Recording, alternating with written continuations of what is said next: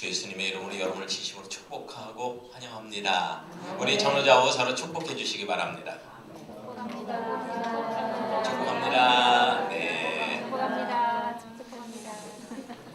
자, 여러분, 생활 영성의 삶이 뭘까요?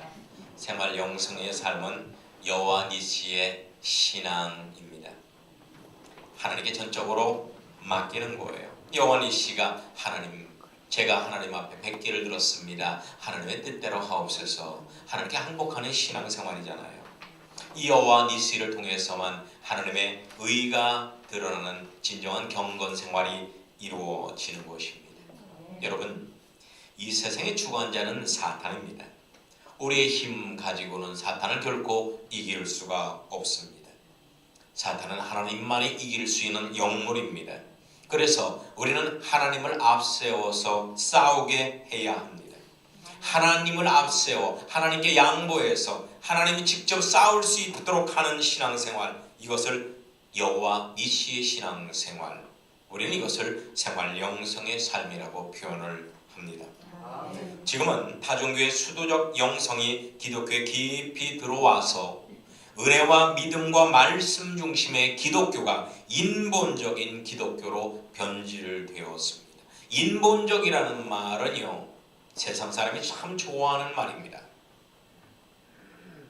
여러분이 예수님을 사랑하고 성경에 깊이 들어갈수록 인본적인 것이 얼마나 하나님이 미워하시고 안 좋은 건지를 느끼겠지만, 그렇지 않고 피상적인 신앙생활을 하면 인본적인 것이 아주 좋게 느껴집니다.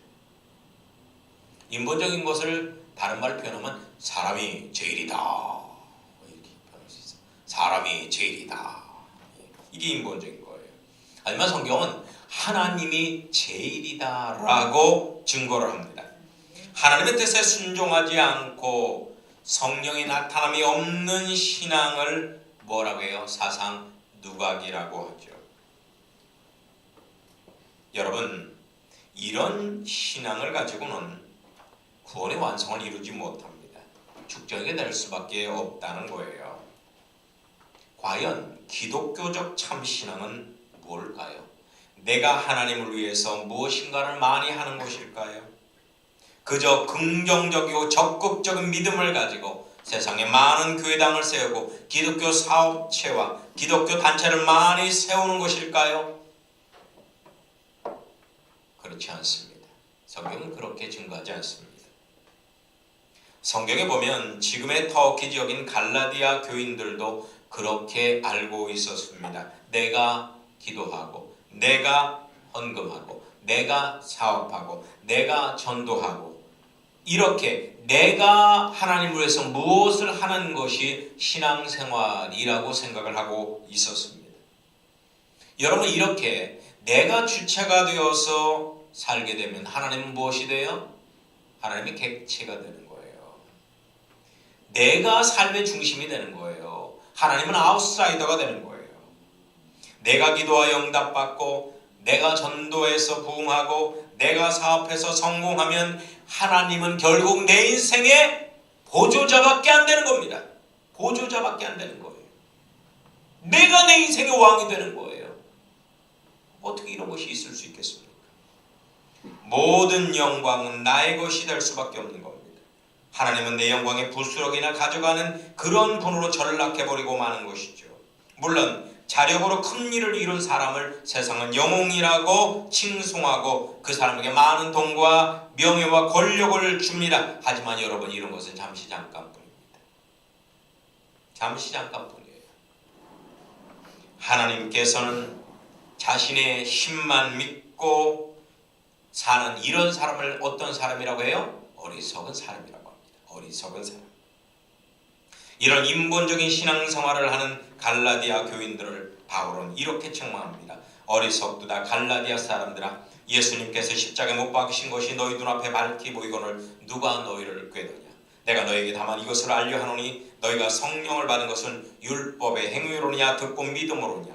너희가 이같이 어리석으나 성령으로 시작했다가 이제는 육체로 마치는구나 라고 탄식했습니다. 예수님을 믿는다고 하면서도 성령님을 의지하지 않고 자신의 힘과 능력을 의지해서 신앙생활하는 것, 이것이 어리석다는 거예요. 이렇게 하면 안 된다는 거예요. 여러분, 예수 믿는다는 것이 무엇이겠습니까? 예수 믿는다는 것은 내 삶에서 이제 내가 주인이 되어 사는 게 아니라 예수님이 주인이 되어서 사는 거예요. 예수님을 앞세워서 사는 거예요. 할렐루야. 아멘. 사실상 바울처럼 하나님 일에 충성했던 사람이 또 어디 있겠습니까? 바울이야말로 세계 제1의 목회자요 선교사였습니다.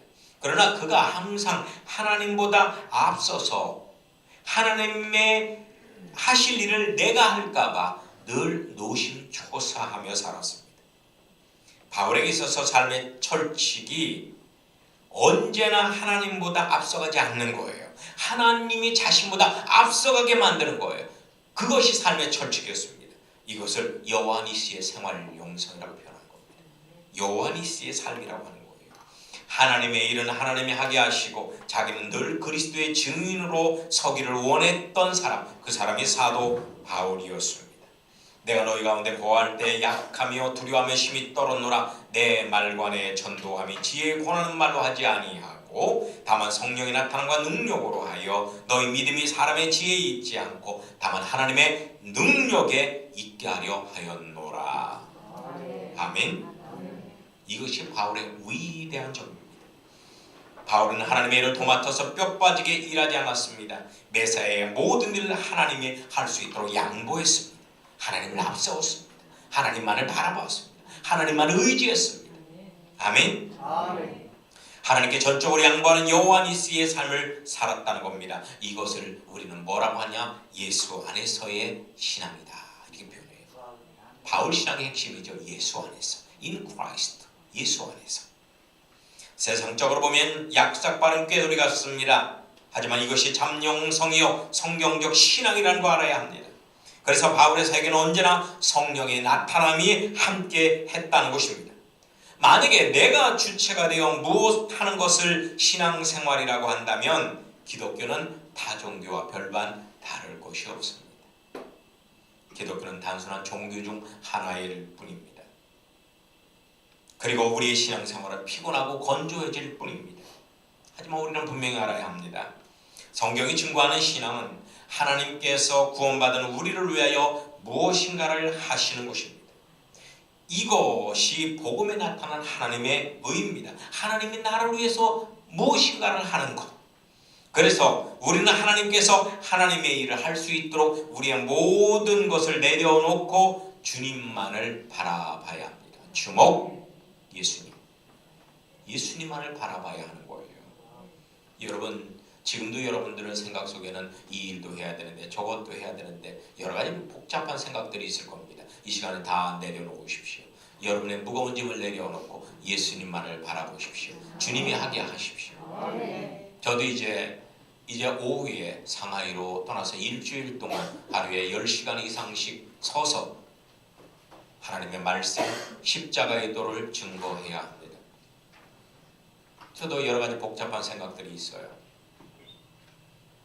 하지만은 하나님께 다 맡기겠습니다. 그리고 저는 저에게 맡겨진 일에 최선을 다하며 즐겁게 기쁨으로 말씀 사역을 하겠습니다. 여러분도 그렇게 하시란 말씀입니다. 조급해서는 안 됩니다. 믿음으로 인내해야 합니다. 사실상 타락한 인간의 역사는 철저히 인본주의적인 역사입니다. 인간의 노력으로 신적 역사를 이루자는 것이에요. 인간의 노력으로 지상 낙원을 만들자는 것이에요. 그런데 성경은 이것을 뭐라고 해요? 타락이라고 해요. 타락. 성경적 타락이라는 것은 비도덕적인 삶을 사는 것 아닙니다. 하나님을 무시하고 독립해서 내 힘과 노력으로 하나님처럼 되겠다는 인본적인 삶입니다. 하나님처럼 되겠다는. 여러분, 바벨 제국이 뭡니까? 인간을 위한 인간의 나라를, 인간을 위한 유토피아를 만드는 제국이 바벨 제국입니다. 하나님은 이 바벨 제국을 철저히 미워하시고 그 바벨 제국을 무너뜨리셨습니다. 여러분, 우리의 삶의 목적은 하나님의 나라를 회복하는 것이지 인간을 위한 인간의 나라를 만드는 것이 우리 신앙인의 삶의 목적이 아닙니다. 타락한 인간들은 돈과 조직과 과학을 대단히 중요하게 생각을 합니다. 그래서 인간을 위한 바벨탑을 열심히 쌓습니다. 하지만 그 바벨탑은 반드시 무너질 수밖에 없습니다. 여러분, 예수님을 통한 구속의 역사는 재창조의 역사입니다. 한번 따라서 해보실까요? 재창조의 역사다. 재창조의 역사다. 1번, 2번 볼륨 조금만 줄여주세요. 구속의 역사는 철저히 신본주의적인 역사이어야만 합니다. 인간적 노력을 포기하고 하나님의 뜻과 노력으로 신적 역사를 이루게 하자는 것입니다. 시작부터 마침까지 오직 하나님의 의만 드러나야만 합니다. 이것이 복음이요 은혜입니다. 이런 이유로 성령의 나타남과 인내하는 생활 영성의 삶은 대단히 중요한 것입니다. 여러분, 세상은 슈퍼맨과 같은 영웅을 필요로 합니다. 위대한 업적을 세우거나 대중의 인기를 얻어서 영웅이 되면 거의 신에 준하는 초특급 대우를 받습니다. 그래서 연예인들을 보면 아주 인기 있는 연예인들 뭐라고 해요? 여신이 강림하셨다, 윤호님이 나오셨다 그랬답니다. 하나님 대신 윤호님, 또 여신 이렇게 표현을 합니다. 이렇게 불림받은 사람들은 신적인 명예와 천문학적인 돈과 권력이 주어집니다. 윤호님 같은 사람은요, 사회자로 한번 초빙받는데 한번 사회 봐주는데 얼마 받는 줄 아세요? 5천만 원입니다. 한번 사회를 봐주는데 5천만 원의 개런티를 받습니다. 왜냐? 윤호님이기 때문에. 윤호님이기 때문에. 우리는 분명히 알아야 합니다. 우리 하나님은 자기 홀로 대단한 일을 해내는 그런 영웅을 필요로 하지 않는다는 것입니다. 하나님이기 때문에 하나님보다 높아지려고 하는 존재는 원치 않으십니다. 하나님은 홀로 높임을 받기를 원하시는 전지전능하신 창조주이십니다. 자아가 강한 사람은 하나님께 적합하지 않습니다. 하나님은 아무리 그런 사람이 능력이 있다 할지라도 그런 사람을 하나님은 싫어하십니다. 하나님은 누구를 기뻐하실까요? 비록 세상에서 무능력하다고 관시당하고 천대받더라도 모든 것을 내려놓고 오직 하나님만을 의지하고 주목하는 믿음의 사람, 그런 사람을 하나님은 찾고 계십니다. 이렇듯 성경의 가르침과 인간의 생각은 전혀 틀리다는 것입니다. 인간의 하나님을 위해 아무리 열심히 일해도 그 율법적인 행위로 의롭다함을 받을 수는 없습니다. 도리어 하나님께서 나를 위해 열심히 일할 수 있도록 하나님께 전적으로 양보하는 생활 영성을 통해서 의인이라는 칭호를 받을 수가 있다는 것입니다. 이것이 복음의 역설이에요. 아브라함이 여호와를 믿으니 여호와께서 이를 그의 의로 여기셨더라. 아멘. 여러분 명심하십시오. 성경적 의란 내가 일하는 것이 아닙니다. 하나님이 일하도록 만드는 것입니다. 하나님이 일하도록 만들어드리는 사람, 그 사람이 신앙심이 좋은 사람이에요. 그 사람이 참으로 신앙생활 잘하는 사람입니다. 우리의 구원은 누구의 몫이에요? 하나님의 몫입니다. 하나님의 의로만 우리의 구원이 가능한 것입니다. 21세기만큼 적자 생존, 약육 강식, 자연 도태의 살벌한 자연 생존의 원리가 인류에게 적용되는 예는 없었습니다. 이제 강자와 약자가 공존하는 시대는 지나갔습니다. 중간지대가 없단 말이에요. 중간지대가 없어요. 여러분, 이 시대는 강자와 약자만 남아 있습니다. 교회만 봐도 알아요.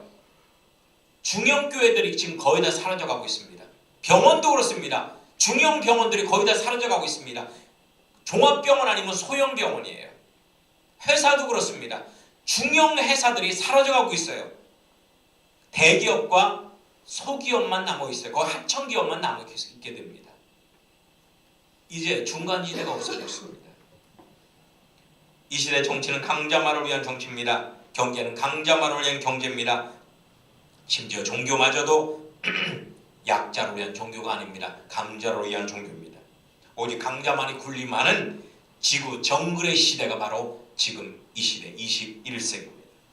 이제 더 이상 내 힘만으로는 맹수들이 우글대는 정글에서 살아남을 수 없습니다. 양떼와 같이 무력한 우리는 더더욱 그렇습니다. 그래서 시편 기자처럼 이렇게 우리는 기도해야 돼요. 내가 눈을 들리라. 나의 도움이 어디서 올까? 나의 도움이 천지를 지으신 여호와에게서로다. 아멘. 아멘. 아멘. 할렐루야. 아멘. 하나님만이 유일한 해결책이 되십니다. 아멘. 광야의 순례자인 우리 그리스도인들에게 하나님 이외에 그 어떤 대안도 없습니다. 있어서도 안 됩니다. 결단코 우리는 이 정글의 시대에서 자력으로 승리하는 삶을 살 수가 없다는 거예요. 하지만 우리는 반드시 승리해서 이긴 자가 되어야 합니다. 이긴 자가 되는 것은 우리의 사명입니다. 하나님께서 우리를 구원하신 목적이에요. 우리가 광야에 있게 되는 이유인 것입니다. 그 해결책이 뭐예요? 하나님께서 내 대신 사시게 하는 거예요. 나는 죽고 그리스도만 살게 하는 것입니다. 아사주생. 따라서 보십시오. 아사주생. 나는 죽고 주님만이 사는 것입니다. 목자 되시는 하나님을 앞세워 친히 싸우게 하는 여호와 니시의 삶을 사는 겁니다. 하나님께서 우리 대신 싸우게 되신다면 분명히 승리는 우리의 것입니다. 내 지혜 내려놓고 하나님의 지혜로 싸우는 거예요. 내 능력 내려놓고 하나님의 능력으로 사는 겁니다. 아멘. 아멘. 저에게는 두 아들이 있습니다. 첫째는 듬직하고 막내는 귀엽죠. 근데 첫째는 장남답게 책임감이 강해서 자기가 알아서 하고 좀채로 투정도 안 부리고 말수도 적습니다. 하지만 막내는 책임감이 조금 약한 듯하고 투정도 좀 잘 부리는 편이고 실수 없이 조잘거리면서 엄마한테 뭐라고 하고 짜증도 잘 내는 편인 것 같습니다. 그런데 저와 아내는 막내 행동을 통해서 큰 은혜를 받습니다. 초등학교의 일이에요. 첫째 생일은 한여름이고 막내는 늦가을입니다. 첫째는 생일 파티를 했는지 안 했는지도 모르게 간단히 지나갑니다. 왜냐하면 여름 성경학교와 거의 겹치기 때문이에요. 그런데 막내는 전혀 다릅니다. 저희 내외가 막내에 대해서 무관심할 수 없게 만듭니다. 우리들이 저를 위해서 무엇인가를 하게끔 만들어요. 그렇게 만듭니다. 막내는 생일 한 달 전부터 매일마다 이렇게 합니다. 학교에서 오자마자 제 엄마한테 가서 엄마 이제 조금 있으면 제 생일이에요. 알겠죠? 하고 갑니다. 그리고 잠자리에서 일어나자마자 제 방으로 와서는 아빠 제 생일날 친구들 초대할 거예요. 알겠죠? 하고 말을 합니다. 게다가 수시로 학교에서 콜렉트 콜로 전화를 해서 엄마 제 생일날 풍선으로 장식하는 거 알겠죠? 하면서 수시로 엄마 아빠를 귀찮게 만듭니다. 아내와 저는 별 생각 없이 그냥 지나가려고 했습니다. 그런데 매일마다 생일 타령을 하는 바람에 초긴장 속에서 막내 생일 파티 우연회를 조직해서 준비를 하게 됩니다. 결국 저희 내외는 막내 생일 파티를 위해 밤새 풍선 장식도 하고 케이크도 만들고 여러가지 음식도 장만을 해서 친구들 10여 명을 초대해서 환갑잔치 같은 생일 파티를 해주었습니다. 이걸 본 막내는 입이 귀에 닿을 정도로 기뻐하며 즐거워했습니다. 얼마나 친구들에게도 생일 홍보를 많이 했는지 친구들이 좋아하는 선물도 잔뜩 사왔습니다. 그 나이는 스스로 일을 잘하는데 어떤 때는 어려운 일을 좀 요청을 했으면 좋겠는데 어려운 일도 도움을 요청을 하지 않습니다. 그런데 막내는 하나서 열까지 엄마 아빠가 일을 하게 만듭니다. 자기를 위해서 주위 사람들이 무엇인가를 안 하면 안 되게 만드는 거예요. 철없는 행동 같지만 저는 이것을 보면서 크게 은혜를 받았습니다. 막내 이런 행동에 대해서 다소 귀찮은 감도 있었지만은 저와 아내는 여기서 귀한 진리를 깨달았던 거예요. 뭐예요? 하게 만드는 여호와니시요. 하나님을 귀찮게 하자. 한번 따라서 하나님을 귀찮게 하자. 하나님이 나를 위해서 무엇인가 하도록 하자. 아멘. 아멘. 여러분 이런 사람이 신앙심 좋은 거예요. 하나님 제가 하겠습니다. 제 힘과 능력으로 한번 해보겠습니다. 하나님 가만히 계십시오. 어리석은 사람입니다. 믿음 없는 사람입니다. 여러분 저 어제 신발 신으려고 신발에 발을 넣는 순간 그냥 고꾸라져 쓰러졌습니다. 거기에 뭐래도 그 앞에 뾰족한 것이 있었으면 저 큰일 날 뻔했어요. 중환자실에 실려갈 뻔했어요. 제가 몸무게가 70kg가 넘는데 그대로 그냥 그 나무 통나무처럼 그냥 그대로 곧장 쓰러졌으니까요. 느꼈습니다. 물론 마귀 역사죠. 근데 신발 신는 것 그것조차도 하나님의 도움이 없이면 안 되겠구나.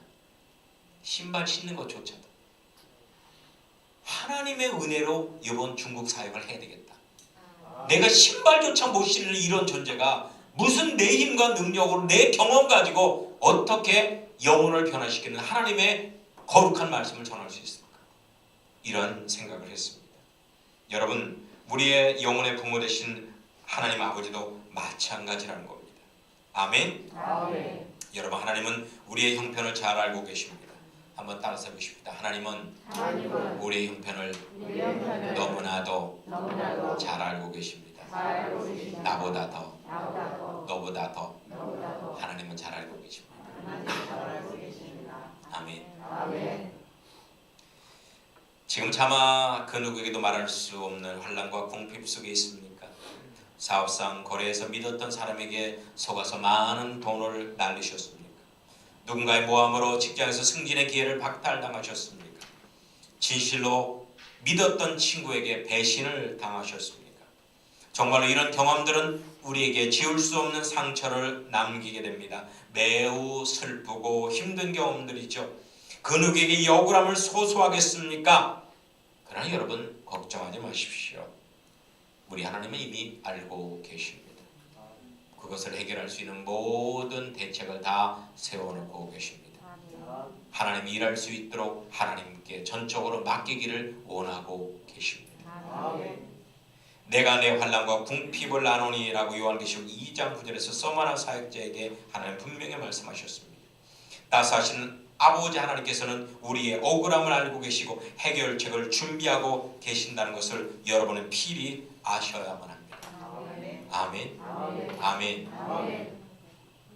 저는요, 제가 하나님께서 나에게 관심이 있구나라는 걸 초등학교 때 느꼈어요. 유달리 초등학교에서 덩치가 큰 애가 한 명 있었는데, 쟤는 지금도 작습니다만 초등학교 때 얼마나 작았겠어요. 상상하지 마세요. 그런데 유달리 저를 그렇게 놀려대고 애들 있나봐서 막 제 뺨을 때리고 발로 차고 그렇게 저를 괴롭힌 애가 있었어요. 그래서 저는 교회 오기 전에 그 시골 교회당에 가서 주님, 저 너무 힘듭니다. 저를 도와주세요. 그 친구 때문에 제가 너무나 제가 억울하고 너무 수치스럽습니다. 기도를 했습니다. 어느 날 학교에서 오는데 갑자기 저를 잡고 여학생들 지켜보는 가운데 막 뺨을 때리고 막 하는 거예요. 너무나 억울하고 막 눈물도 못 흘리겠더라고요. 너무 창피하고 억울해서. 하나님께 기도를 했습니다. 근데 제가 초등학교 5학년 때인가 그랬죠. 근데 이게 웬일입니까? 얼마 후에 그 아이가 건조실에서 싸늘한 시신으로 발견됩니다. 중학교 1학년 때 걔가 농약을 먹고 자살을 했어요. 건조실에서 1학년짜리가. 그걸 보고 주님, 이런 방법을 제가 원했던 건 전혀 아니지만은 하나님의 선하신 뜻이 있을 줄 믿습니다. 하나님께서 나의 기도를 외면치는 않으셨네요. 그때부터 조금씩 하나님께 관심 갖고 나는 하나님 위해서 무엇인가 해야 되는 그러한 인생인가 보다 늘 생각을 하다가 결국은 대학교 일반 대학 다닐 때 결심을 하고 신학을 하게 되고 이렇게 목사가 된 것이죠. 여러분, 물론 기도한다고 다 그렇게 되는 건 아니죠. 하지만은 그걸 통해서 하나님께 내 억울함을 해결해 주시는 분이구나. 하나님은 나와 함께 하시는 분이구나. 이것을 느꼈습니다. 여러분, 하나님만을 바라보십시오. 하나님은 여러분의 모든 형편을 아십니다.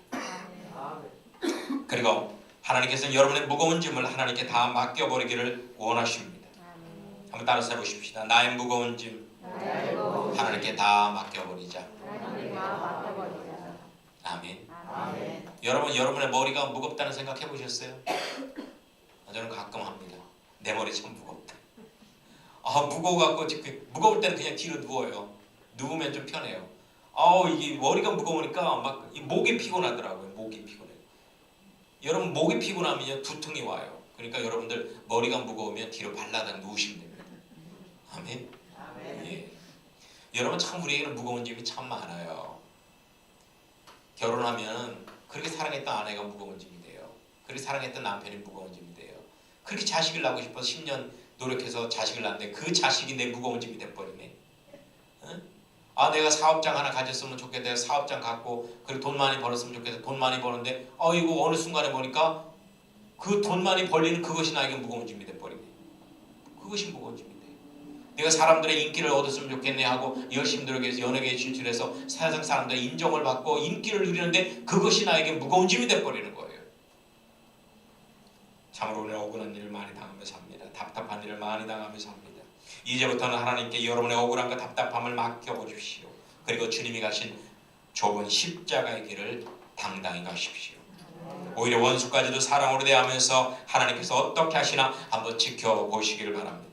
내 방식대로 해결하려 하면 오히려 일이 더 꼬이고 힘들게 될 겁니다. 그러나 하나님의 방식에 맡기게 되면 하나님은 우리를 대신하여 싸워주실 뿐 아니라 결국에는 우리에게 전부 다 더 좋은 것으로 갚아주십니다. 아멘. 아멘. 아멘. 우리의 미래는 이 나라 대통령이나 직장 상사나 여러분을 힘들게 하는 누구에게 있지 않습니다. 우리의 미래는 나의 주님이 되신, 나의 구원자가 되시는 예수 그리스도, 우리의 창조주가 되시는 그 하나님에게 있습니다. 오직 하나님만이 내 삶을 주관할 수 있다는 것입니다. 전지전능하신 창조주 하나님께서 여러분의 삶과 가족과 사업과 미래를 맡아서 책임을 지기를 원하십니다. 하나님께 맡기십시오. 하나님 모든 억울함을 급반전시켜서 차고 넘치도록 갚아주시는 따스하신 하나님이십니다. 나는 여호와 내 하나님이니 내 입을 넓게 열라 내가 채우리라. 아멘. 여러분 꼭 기억하십시오. 우리가 섬기는 하나님은 우리가 요구하거나 상상하는 것보다 더 큰 것을 여러분에게 주시는 그런 후하신 하나님이 되십니다. 아멘. 아멘. 아멘. 여러분, 아내와 제가 있잖아요. 교회를 개척할 때 뭘 원한 줄 아십니까? 저 시흥시에 완전 지하 20평짜리 달라고 기도했어요. 완전 지하 20평짜리. 완전 지하예요. 그거 금식하며 기도했습니다. 거기 어디 교회를 내놨는데 가보니까 너무 좋더라고요. 완전 지하인데 사택이 거기 딸려 있어요. 거기 사택 한 10평 정도 잘려 있는데 그게 너무 좋더라고요. 근데 하나님이 여기를 주셨잖아요. 그리고 있잖아요. 제가 우리가 원룸에 살 때 기도를 했어요. 원룸에 살 때 그 전셋집으로 한 15평 되는 전셋집으로 옮기게 해달라고 금식하며 기도했어요. 그런데 여러분 우리 집이 450평입니다. 부천시에서 우리 집보다 큰 집이 없을 거래요. 대지만 450평이 대지만 사람들 오면 우리 정원만 보는데 정원 뒤쪽에 대지는 못 보시더라고요. 야, 하나님은요 정말 후하시더라고요. 아멘. 아멘. 여러분 잉태를 못하는 분들은 하나님께 기도하세요. 그러면요 내 쌍둥이도 주세요. 매낭국죽 내 쌍둥이 있잖아요. 매낭국죽. 그리고 대한민국 만세 새 쌍둥이도 주시고. 그러니까 여러분 걱정하지 마시고 주님만을 바라보시기 바랍니다. 우리가 화를 품고 직접 악으로 갚으려 하지 않고 묵묵히 현실을 긍정하며 살 때 하나님의 복은 소리 없이 임하는 것입니다. 희망이 보이지 않는 상황에서도 믿음을 잃지 마시기를 축원합니다. 하나님을 알고 계십니다. 하나님의 놀라운 섭리가 있음을 믿어야 합니다. 하나님의 때가 되면 반드시 최상의 것으로 여러분에게 갚아 주십니다. 포기하지 마십시오. 시험이 걸수록 보상도 훨씬 큰 법입니다. 여러분 이제부터 여호와 니시합시다. 하나님께 전적으로 맡깁시다. 여러분의 가정, 여러분의 자녀, 여러분의 사업장 하나님께 전적으로 맡깁시다. 그리고 주님이 주시는 평안과 여유를 찾으시기를 예수님의 이름으로 축원합니다. 아멘. 찬양하십니다.